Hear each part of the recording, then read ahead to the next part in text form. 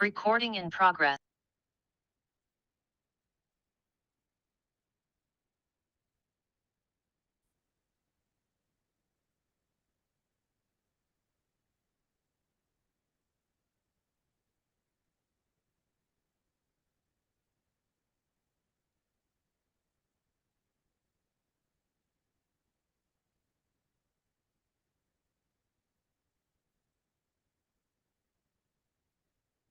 Baik, waktunya 10 detik lagi. Kira-kira jawaban mana nih yang menurut Bunda paling tepat di antara yang tepat nih? 3, 2, 1. Baik, silahkan dijawab Bunda-Bunda untuk soal nomor satunya. Dan juga jangan lupa diberikan alasannya mengapa menjawab option yang Bunda-Bunda dan kakak-kakak semua pilih. Oke, kita lihat dari atas. Dari Bunda Lela menjawab C, diikuti sama Bunda Tuti E, C, D. Oke, berarti ada 3 option. Oh, ada yang jawab A juga. 4 option dipilih nih, Bu Adel. Oke, betul. Bervariasi yang baik ya. Betul sekali. Oke.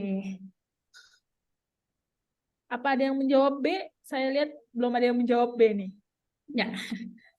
Oke, dari Bunda Nopi Utami menjawab C karena sudah ada tanda-tanda pelepasan plasenta, yaitu uterus globular dan tali pusat memanjang. Oke, baik, terima kasih Bu Nopi atas alasannya. Kita tahan dulu nih. Kira-kira Bunda-Bunda dan teman-teman semua ada yang ingin menjawab? Mungkin nggak apa-apa raise hand dulu.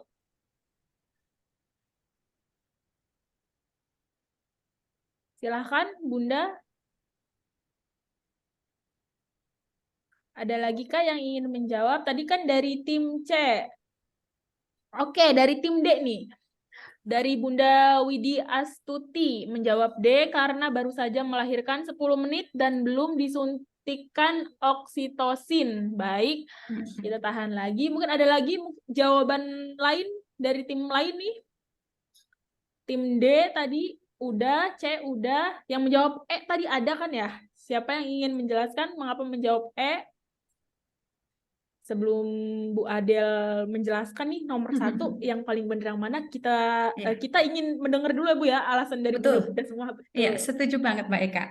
Biar diskusinya juga enak kan, tadi di awal dibilang di sini kita diskusiin aja. Jadi Bunda-Bunda nggak usah takut salah, nggak usah takut gimana-gimana. Kalau misalkan salah, tenang, ada Bu Adel. Ya kan Bu ya?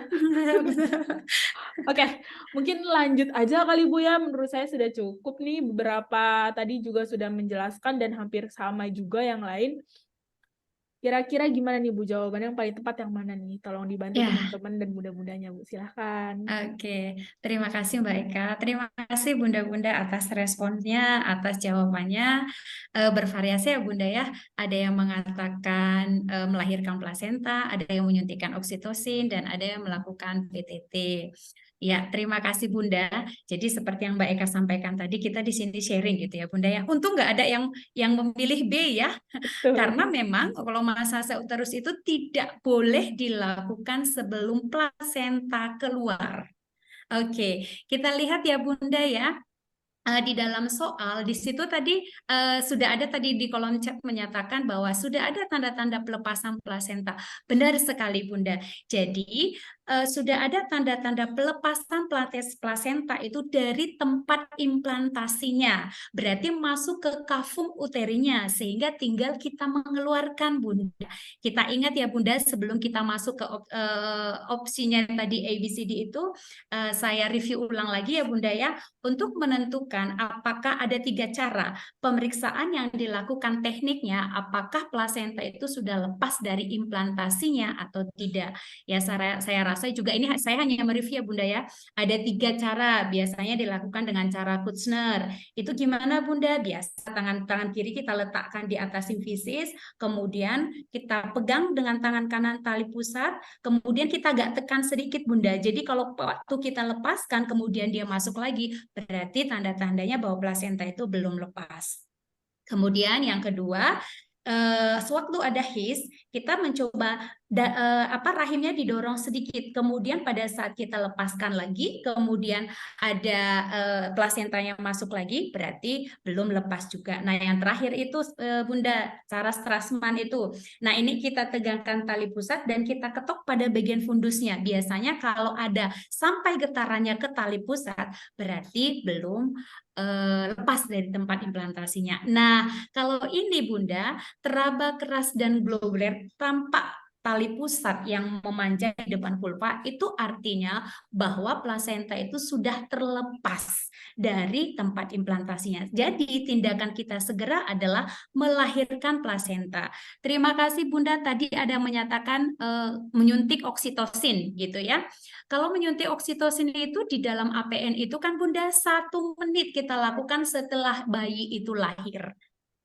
Oke, kemudian kenapa tidak PTT? PTT kan Bunda itu termasuk dengan MAK 3 ya Bunda ya. Sebelum terjadinya pelepasan plasenta kita melakukan peregangan tali pusat yang tujuannya untuk apa? Supaya tidak terjadi atau tidak terjadi inversio ya Bunda ya. Jadi kita tarik ternyata fundusnya itu ikut tertarik, maka kita lakukan dengan cara PTT seperti itu Bunda. Jadi jawaban yang benar adalah kita melahirkan plasenta karena sudah lepas masuk ke kavum uteri sehingga kita tinggal melahirkan plasentanya.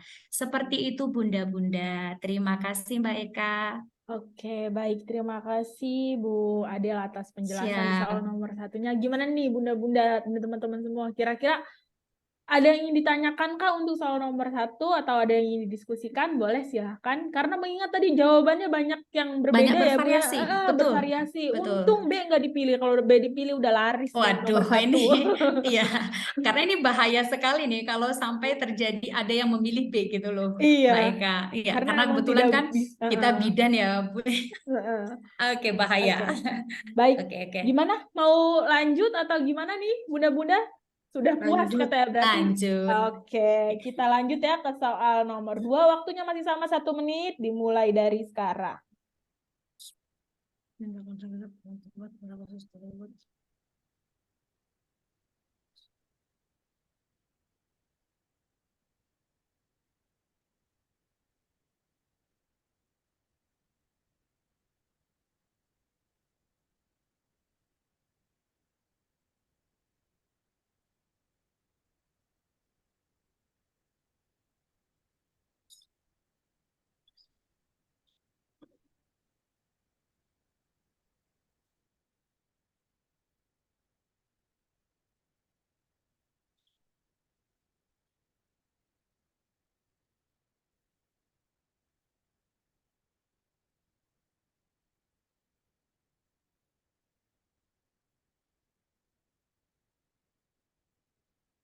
Oke, waktunya sebentar lagi.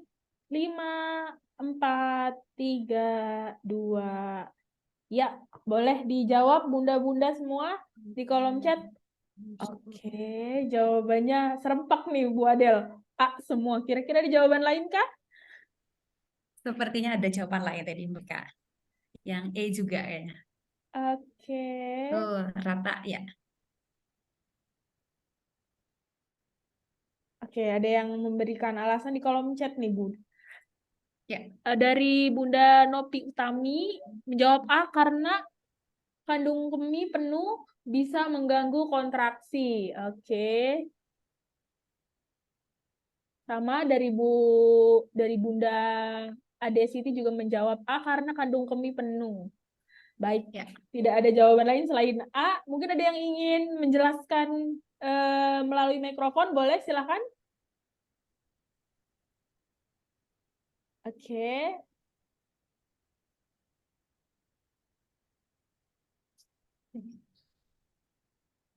Oke, mungkin langsung saja nih Bu, karena kebanyakan alasannya juga sama, jadi mungkin silahkan Bu Adel dijelaskan untuk soal nomor 2, apakah kita benar berjamaah atau bahkan salah berjamaah. Semoga benar berjamaah ya Bu ya. Oke, terima kasih Mbak Eka. Jadi sepertinya benar berjamaah ini Mbak Eka. Jadi terima kasih ya Bunda-Bunda ya sudah memahami soal Jadi jangan terkecoh gitu ya Bunda ya. Jadi memang di sini kontraksi uterus lembek wajar gitu. Kenapa ya? Karena memang kandung kemihnya penuh. Maka kenapa selalu kita perhatikan atau kita observasi apakah dia terjadi full blast atau tidak. Jadi kalau memang misalnya full blast, kita harus lakukan yang namanya kateterisasi yang tujuannya karena kenapa? Kalau memang misalnya kandung kemih itu penuh, maka akan mengakibatkan kontraksi uterus berkurang. Kalau kontraksi uterus itu berkurang, bagaimana terjadinya pelepasan plasenta nanti? Kemudian setelah plasenta lahir misalnya terjadi full blast lagi, maka akan mengganggu kontraksi pada saat miometrium itu menutup pembuluh-pembuluh darah tadi yang sudah terbuka ataupun terluka. Begitu Bunda, luar biasa. Jadi benar jamaah ya Mbak Eka ya. Jadi memang karena kandung kemihnya memang karena itu penuh maka menyebabkan kontraksinya lembek. Maka kita harus lakukan kateterisasi dulu. Oke, terima kasih Mbak Eka. Baik, terima kasih Bu Adel. Meskipun benar semua, benar berjamaah, tapi kiranya ada yang ingin ditanyakan, boleh silakan Iya, untuk soal betul. nomor 2. Silakan Bunda-bunda dan teman-teman semua. Kalau misalnya ada yang ingin bertanya, boleh raise hand aja, nanti saya nyalakan mikrofonnya. Kenapa saya matikan? Biar lebih fokus aja. Kalau ada yang ingin menyampaikan pendapat, boleh langsung raise hand, nanti saya nyalakan mikrofonnya. Kira-kira gimana? Lanjut. Baik. Oke, kita Baik. lanjut ya Bunda-Bunda dan teman-teman semua. Kita lanjut ke soal nomor 3. Nah, silahkan waktunya dimulai dari sekarang.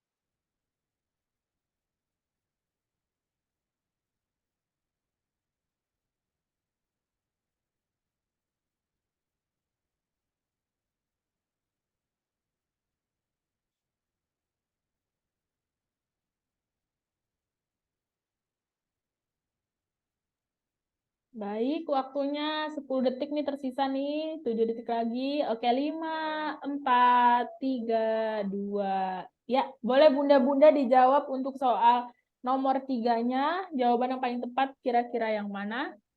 Oke.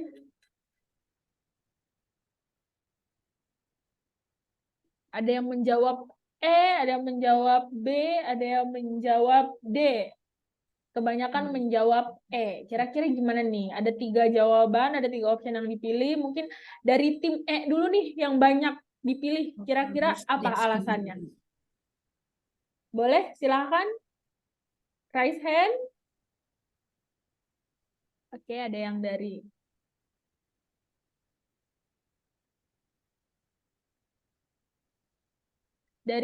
sama nih Bunda Nopi lagi menjawab E karena peregangan uterus terlalu berlebihan karena bayi kembar. Terus dari Bunda Lucy menjawab E, overdistensi uteri karena gameli. Oke. Baik. Yang lainnya mungkin dari tim B. Tadi ada yang menjawab B juga kan? Ada yang menjawab D juga. Kira-kira gimana? Ada lagi kah? Silahkan, Bunda-Bunda. Oke, dari Bunda atau Kak Arina nih menjawab B. Ada penjelasannya kah mungkin? Oke, yang Bunda-Bunda dan kakak-kakak yang menjawab hampir semuanya alasannya sama ya, Bu ya? Iya, alasannya sama. Boleh, langsung saja mungkin ke Bu Adel. Oke, Silakan. oke. Terima kasih Mbak Eka. Terima Sama-sama. kasih Bunda-Bunda atas jawabannya. Ada bervariasi juga, tapi mayoritas menjawab ya. Oke, ada yang ganti. Oke, nggak apa-apa. Oke, jadi kalau masalah jawaban sih benar Bunda. Jadi penyebab utama yang paling tepat pada kasus tersebut di atas adalah overdistensi uteri. Jadi review ulang lagi ya Bunda ya, kalau kita bilang overdistensi itu merupakan peregangan uterus yang berlebihan, yang akan mengakibatkan uterus itu tidak mampu berkontraksi segera setelah plasenta lahir. Nah, kalau saya tanya Bunda, ini berarti kasusnya atau diagnosanya apa ya Bunda? Gimana Bunda? Silakan dijawab, saya nyalakan mikrofonnya. Atonia uteri. Mungkin Ya, atonia uteri. ya, bukan mungkin lagi ya Bunda, tapi memang sudah atonia uteri. Tapi yang diminta di dalam pertanyaan atau lead ini adalah penyebab utamanya. Jadi jelas Bunda, walaupun ada faktor-faktor yang mempengaruhi Bunda, apakah itu faktor umur atau faktor malnutrisi atau multipa atau kelelahan, itu memang bisa mengakibatkan. Tetapi yang di sini adalah penyebab utamanya yang memang langsung. Ya, jadi benar Bunda, jadi bayi gameli ataupun bayi kembar ataupun bayi ganda. Nah, karena begini Bunda, makanya tadi kasusnya adalah diagnosanya adalah atonia uteri. Kita ketahui Bunda, kalau kontraksi uterus itu merupakan mekanisme utama dalam mengontrol perdarahan setelah melahirkan. Nah, karena memang terjadinya peregangan yang berlebihan, sehingga serabut-serabut miometrium yang mengelilingi pembuluh darah tadi berkurang jadinya Bunda, sehingga menyebabkan perdarahan. Karena overdistensi, karena yang namanya overdistensi uteri ini tidak hanya menyebabkan ini saja ya Bunda ya, atonia uteri, di dalam kehamilan pun bisa menyebabkan terjadinya lahir prematur. Seperti itu Bunda. Jadi jawaban yang benar tadi mayoritas memang rata-rata adalah karena overdistensi uteri ataupun peregangan uterus yang memang berlebihan. Berlebihannya kenapa Bunda? Ya karena itu tadi, karena hamil kembar atau hamil ganda. Jadi banyak ya Bunda ya. Jadi tidak hanya overdistensi ini penyebabnya bukan hanya hamil ganda saja, tapi bisa karena bayinya besar atau makrosomia, kemudian polyhydramnion ataupun ada abnormalitas janin yang lain, misalnya hidrocephalus berat. Tetapi di dalam soal sudah dijelaskan di situ adalah ada kata-kata gameli ataupun ada kata-kata bahwa ibunya sebelumnya sudah hamil kembar seperti itu. Jadi pada saat ini dia terjadi perdarahan dengan lebih dari 60 cc. Seperti itu Bunda. Terima kasih Mbak Eka. Oke, baik. Luar biasa sekali penjelasan Bu Adel ya. Bunda-bunda dan teman-teman Ya. gimana nih? Jawaban yang paling tepat berarti yang E. Dan gimana Bunda-bunda dan teman-teman? Apakah ada yang ingin ditanyakan atau ada yang masih kurang jelas? Silahkan. Paham, pasti paham. Karena Bu Adel menjelaskannya sangat-sangat jelas. Oke. Lanjut ya. Oke, lanjut Oke. sepertinya Mbak Eka. Lanjut, baik. Kita lanjut ke soal nomor 4. Silakan waktunya 1 menit dimulai dari sekarang. Mengingatkan lagi, jadi kalau misalkan ada yang ingin diskusikan, jangan malu-malu ya bunda-bunda dan teman-temannya, langsung aja, mumpung di bimbel kan udah bayar juga, jadi tanyain semua yang kira-kiranya Iya, perlu betul, Mbak Eka. ditanyain, Betul. langsung ditanyain. Karena kita sangat open sekali ya, Bu. Oh, betul sekali Mbak Eka.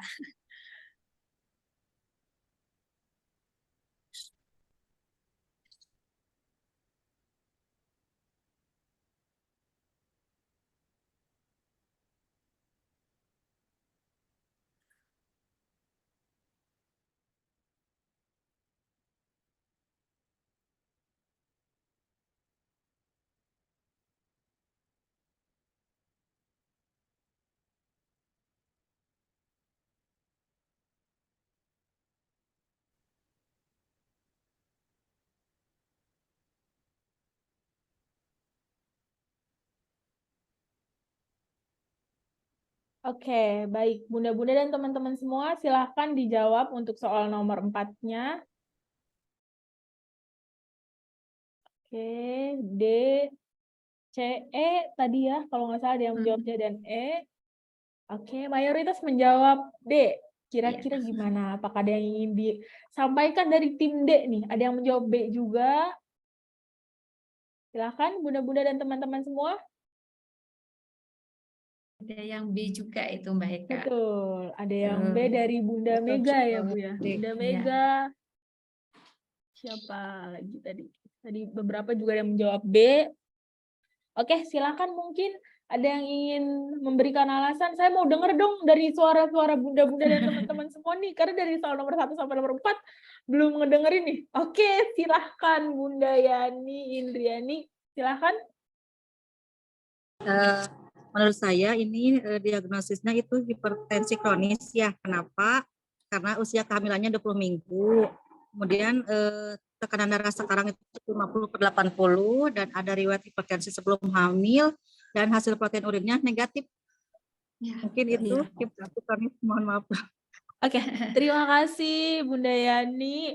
Mungkin ada lagi, ditahan dulu ya Bunda Yani sebelum nanti dijelaskan sama Bu Adel. Mungkin ada lagi dari bunda-bunda dan teman-teman semua, silakan. Silakan, mungkin dari Bunda Esi, boleh. Sama Bu dan Bu Yani. Sama Jadi ya? kehamilannya 20 minggu, terus ada riwayat hipertensi sebelum hamil. Heeh. Oke, sama dengan Pun protein urinnya negatif. Jadi saya juga memiliki hipertensi kronis. Oke, baik. Terima kasih. Sebelumnya saya mau nanya dulu, nih, suara saya masih terdengar dengan jelas, bunda-bunda dan teman-teman semua? Jelas, Kak. Jelas. Oke, baik. Mungkin silahkan Bu Adel dijelaskan untuk soal nomor 4, kira-kira jawaban yang paling benar, jawaban E yang banyak dipilih teman-teman kah? Oh, yang dipilih sama bunda-bunda semua kebanyakan D. Ada yang menjawab D, C, dan E. Mungkin silakan Bu Adel dibantu. Bunda-bunda dan teman-teman semuanya mungkin kebingungan kali jawaban mana yang paling tepat. Silakan Bu Adel. Oke. Sebentar. Ya. Suara saya terdengar, Mbak Eka? Terdengar. Oke, terima kasih Bunda-Bunda, terima kasih sekali. Jadi sudah semakin membaca soal itu semakin teliti ya Bunda ya. Oke, di dalam pertanyaan tadi mungkin ada bervariasi ya untuk jawaban. Ada yang mengatakan hipertensi gestasional, ada yang mengatakan hipertensi kronis, dan ada superimpos ya Bunda ya. Tapi pastinya kita silang yang anemia tidak menunjukkan bahwa di situ ada HB saja, tidak tertera ya Bunda ya. Oke, nah di diagnosa itu Bunda prinsipnya seperti ini.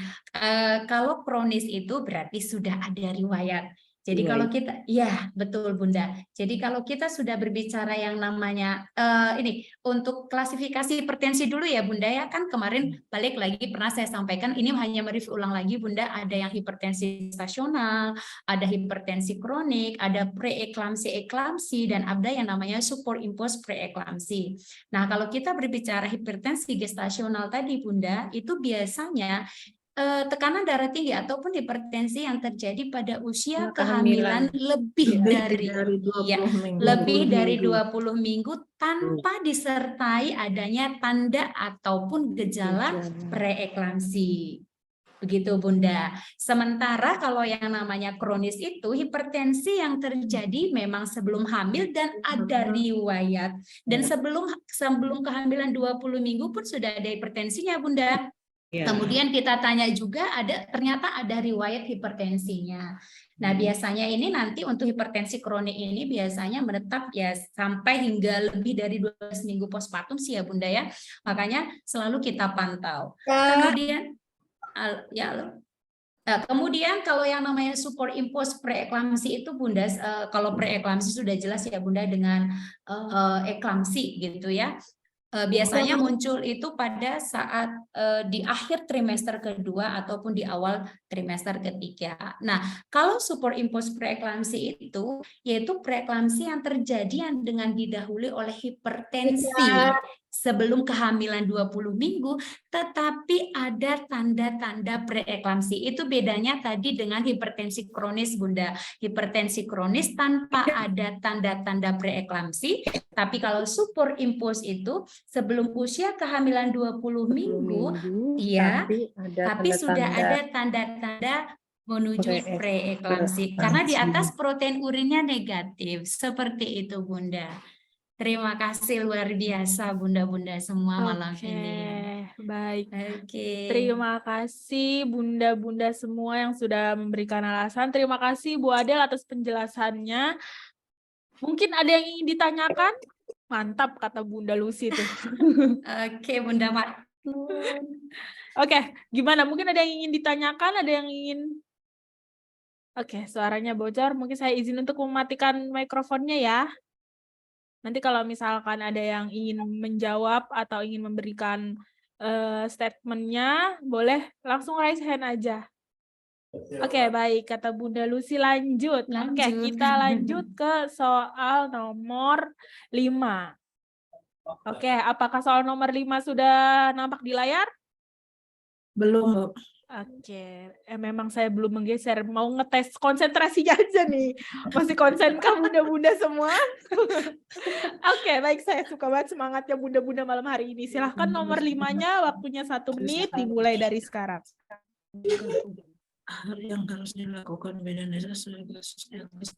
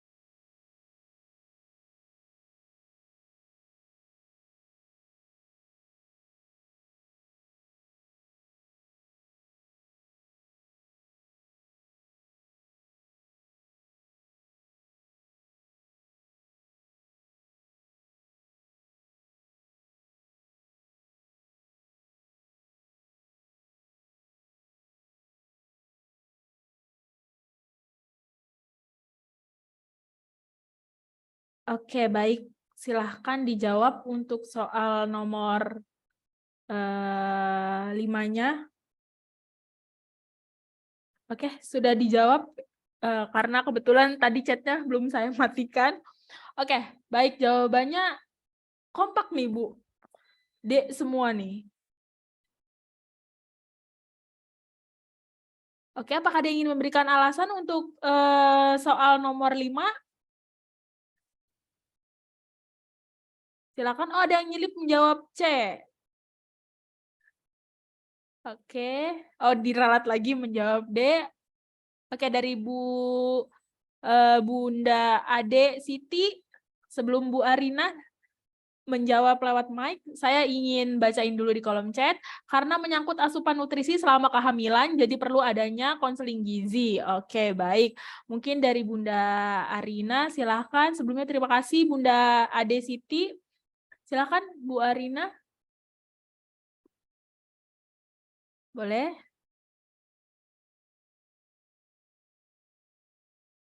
Silakan Bunda Arina. Ya, makasih Mbak. Oke, Ini kan sama-sama. mengingat yang ditanyakan apakah upaya yang harus dilakukan bidan desa sesuai kasus di atas. Nah, di sini kan ibu hamilnya itu tidak punya punya kebiasaan gitu ya, kebiasaan pantang makan. Jadi yang perlu diperhatikan yaitu untuk memberi konseling gizi yang baik selama hamil. Karena kan kalau misalnya banyak pantang makanan itu kan otomatis ibu hamilnya kurang gizi. Jadi yang perlu itu konseling tentang gizi yang baik selama kehamilan. Mungkin itu aja Mbak, mohon maaf kalau salah. Oke, baik. Terima kasih Bunda Arina. Gak apa-apa, bukan di sini kita sama-sama belajar. Oke, mungkin yang lainnya silahkan sebelum kita... Oke, dari Bunda Ani Fitriani, silahkan. Terima kasih. Assalamualaikum warahmatullahi wabarakatuh. Waalaikumsalam warahmatullahi wabarakatuh. Jadi pertanyaannya di sini, apakah upaya yang harus dilakukan bidan desa sesuai kasus di atas ya? Di wilayah tempat bekerjanya kan masih banyak yang dijumpai kebiasaan makan, pantang makan seperti ibu hamil tidak boleh makan makanan yang amis ya. Kalau kita memilih A, menentang kebiasaan yang tidak benar tersebut, artinya akan mengganggu wilayah yang kita tempati, artinya seperti itu ya. karena itu sudah menjadi kebiasaan mereka. Jika kita memilih B, melakukan pemantauan status gizi yang baik selama hamil, kita tidak bisa hanya memantau saja tanpa memberikan konseling ya seperti itu. Kemudian yang C, memberikan makanan tambahan pada semua ibu hamil. Kalau cuma sekali saja pemberian mungkin kita bisa memberikannya, tapi kalau terus-menerus saya rasa, apalagi ibu hamilnya mungkin banyak, saya rasa nggak bisa ya. Kemudian yang D, memberikan konseling gizi yang baik selama hamil. Nah, saya memilih ini karena saya pikir dengan yang konseling yang terus-menerus kepada ibu hamil, suatu saat pasti akan terbuka pikiran mereka ya.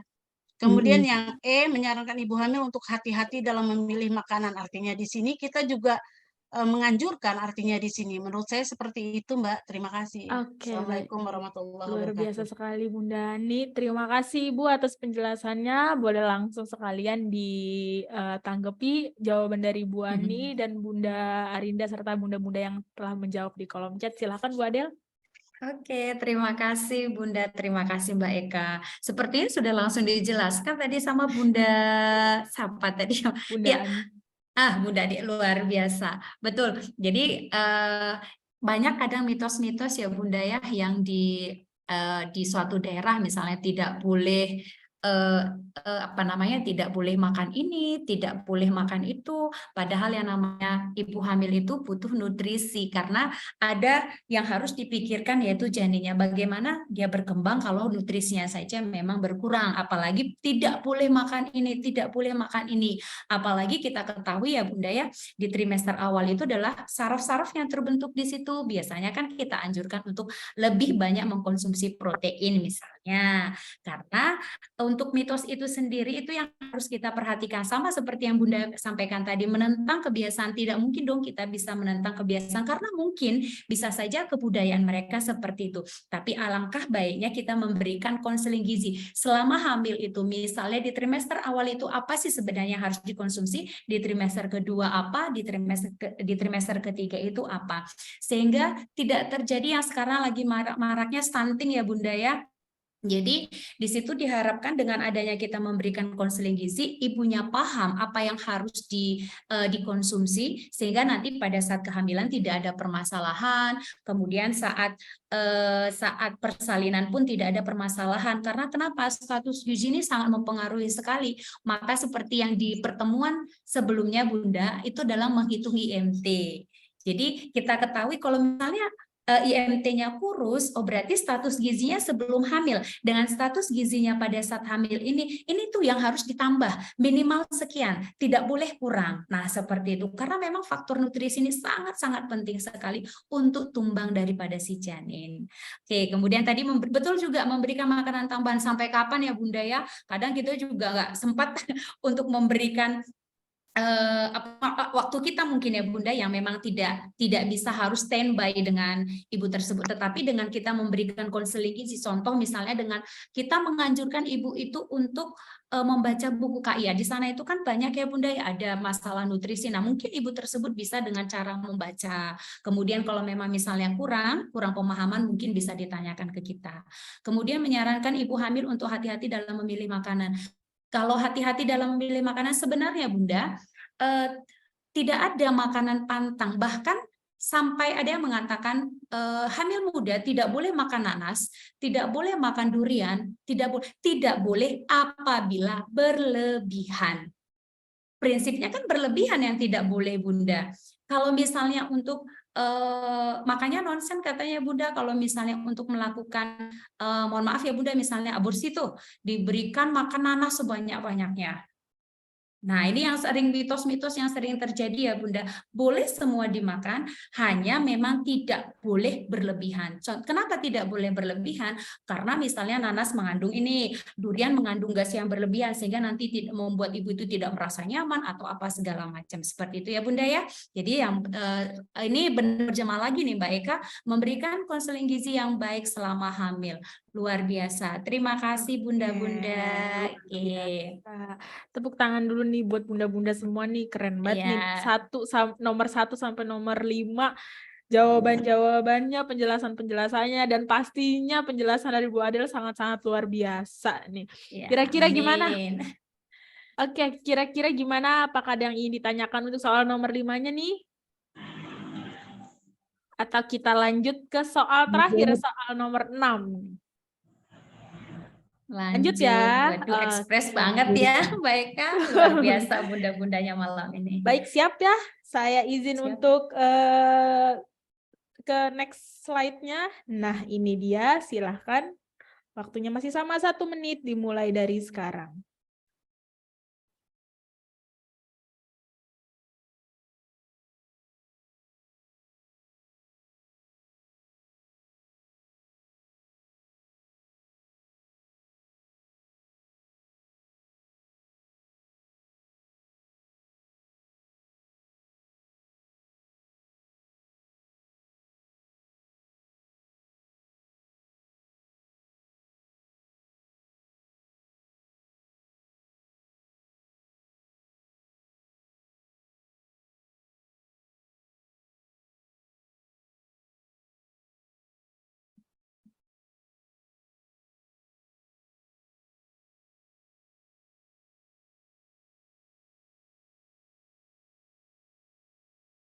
Oke, waktunya tersisa 10 detik lagi.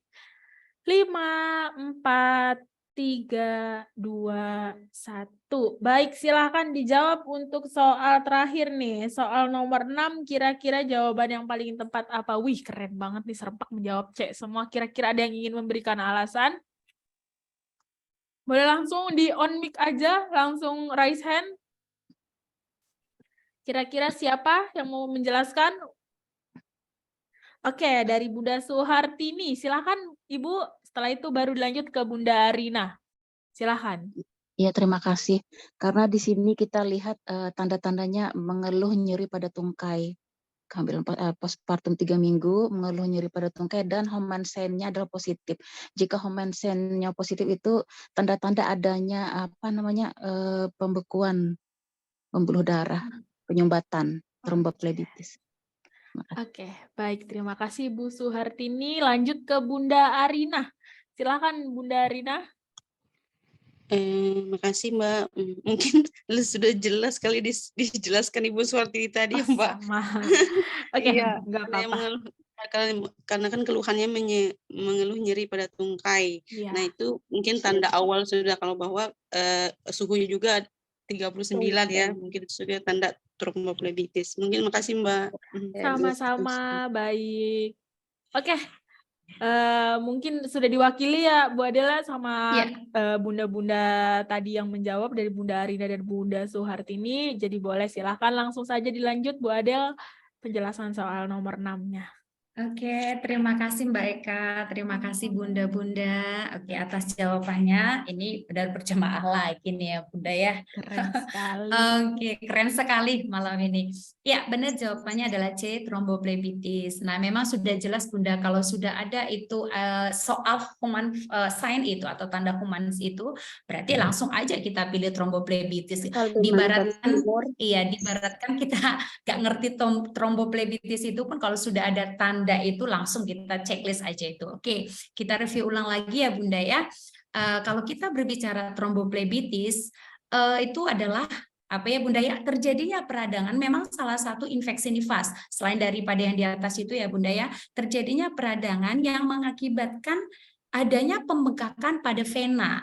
Vena itu adalah pembuluh darah balik ya Bunda, kita kan ada 2 itu ya Bunda, ada arteri, ada vena. Nah ini kalau vena, itu dikarenakan adanya gumpalan darah di vena, makanya selalu kita anjurkan kenapa sih, terutama ibu hamil itu Bunda, kalau pada saat mau tidur itu kakinya itu agak ditinggikan gitu, sehingga aliran darah dari kaki sampai ke jantung dan ke otak itu pun berjalan dengan lancar gitu. Nah, selain itu, selain ibu hamil, kita juga kadang ada yang ini beda dengan varises ya Bunda ya. Kalau varises itu memang adanya pelebaran, kalau ini kan adanya peradangan. Tetapi dengan adanya varises itu nanti akan memperparah terjadinya tromboflebitis itu. Jadi balik lagi Bunda, jadi penyebab gumpalan itu sendiri karena tadi adanya penggumpalan pada vena, maka terjadi pembengkakan. Itu dikarenakan apa Bunda? Karena dikarenakan dinding pembuluh darah itu sudah rusak. Ya karena kuman mungkin sudah menyebar sampai ke seluruh tubuh maupun sel imun kita yang menyerang sel-sel sehat kita di pembuluh darah tersebut. Nah, makanya kalau kita katakan tadi bahwa sama nggak dengan varises? Kalau varises itu adalah pelebaran pembuluh darah balik ataupun vena, sementara tromboflebitis itu berarti sudah ada peradangan, yang artinya sudah ada kuman yang masuk ke sana. Seperti itu Bunda. Jadi memang tanda-tanda infeksi itu banyak ya Bunda. Ada parametritis, ada peritonitis, ada endometritis.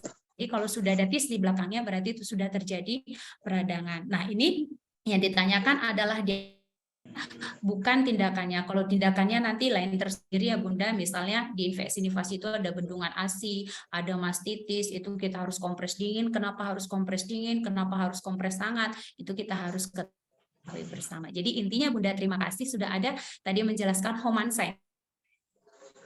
Itu sudah tromboflebitis. Jadi makanya di sini singkat banget ya Bunda ya. Jadi biasanya kan tambah ini, tetapi karena memang sudah menunjukkan ada Homan sign sehingga sedikit banget untuk fitnetnya itu seorang perempuan usia 40 tahun postpartum bla bla terdapat Homan sign positif. Oke, begitu Mbak Eka, jadi benar ya tromboflebitis luar biasa. Oke, baik. Di sini ada yang betul semua nih Bu, dari Bunda Leti.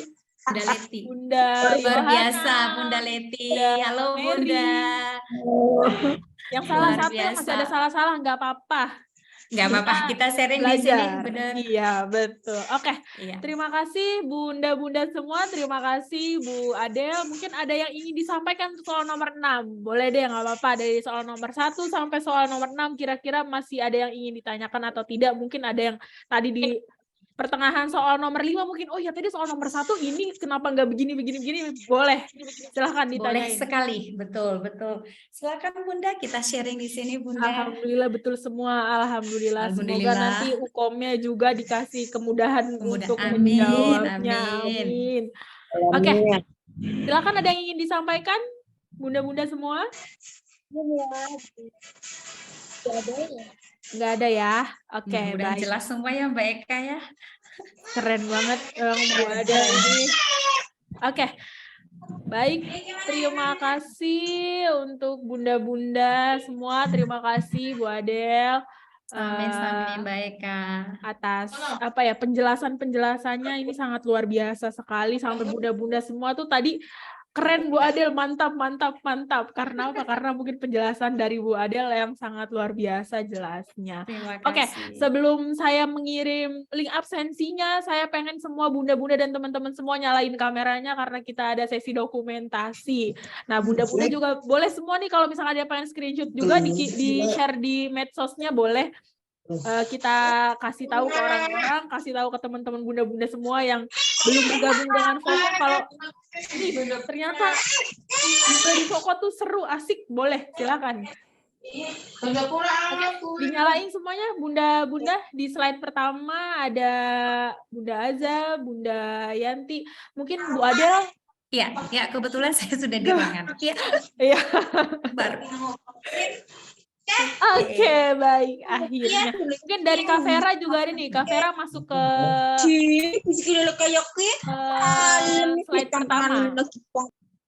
Ada Kak Vera, Bunda Elis, Bunda Tien, sudah. Bunda Jeti. Oke, siap ya slide pertama nih. 1, 2, 3. Oke. Siapa?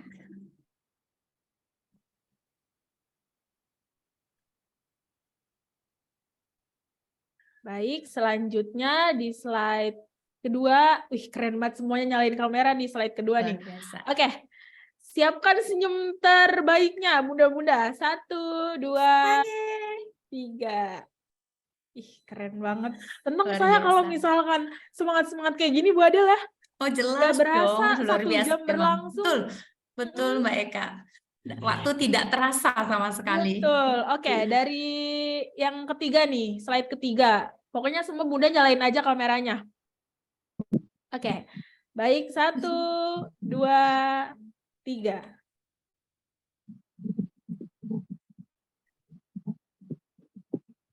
Oke, selanjutnya di slide keempat dan kelima, keenam. Oke, boleh di on kameranya Bunda-Bunda. Ada Bunda Fatmawati, Bunda Endra, Bunda Nia Kurnia Lestari, Bunda Indah. Silahkan, Bunda Lia. Oke.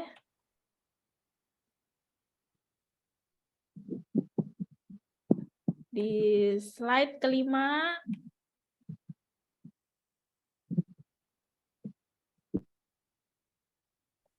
Oke, slide terakhir, slide ke-6.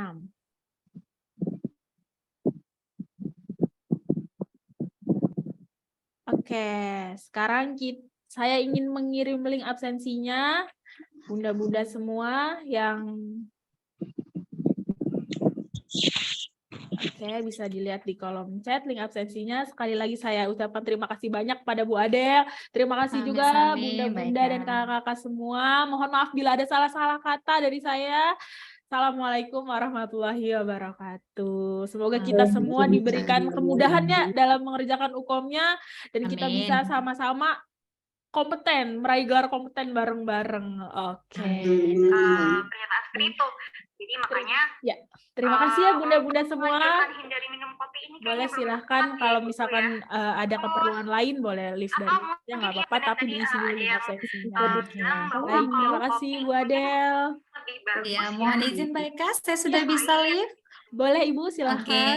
terima kasih Mbak Eka buat malam hari ini luar biasa dan bunda-bundanya terima kasih banyak, sukses selalu dan sehat selalu ya bunda-bundaku, cantik-cantik semuanya luar Iya, biasa. betul. Mudah-mudahan kompeten langsung ya bunda ya. Oke, mohon Amin. maaf apabila selama saya menjelaskan ada tutur kata saya yang kurang berkenan ya bunda-bunda sayang. Mohon maaf, mudah-mudahan bermanfaat. Akhir kata saya ucapkan Assalamualaikum warahmatullahi wabarakatuh ya bunda ya. Sampai ketemu lagi di berikutnya. Mohon izin ya bunda ya. Mbak Eka mohon izin Silakan, saya Ibu. live. Matur nuwun sangat. Baik, Ibu. Terima kasih. Oke. Silahkan bunda-bunda dan kakak semua apakah sudah diisi link absensinya?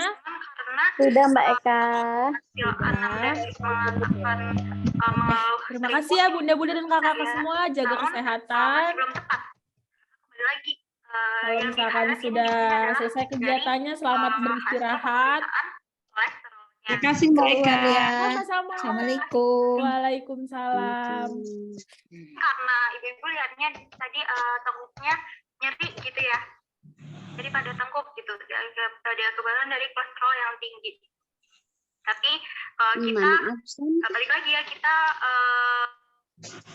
prioritasnya dulu gitu. Jadi yang kita anjurkan adalah mengurangi mohon maaf ya, lemak. Gitu. Jadi, terima kasih Mbak Eka. Iya, siap. Terima kasih banyak Bu Raina atas Sama-sama, penjelasannya. Ibu. Kayaknya nampaknya bunda-bunda belum semua nih. Jadi kayaknya nampaknya turun gigi dulu. Nanti tiba-tiba naik gigi jadi gigi 4 nih. Jadi atau gigi 3. Jadi 3 variasi. ini saya suka itu Mas, kayak naik turunin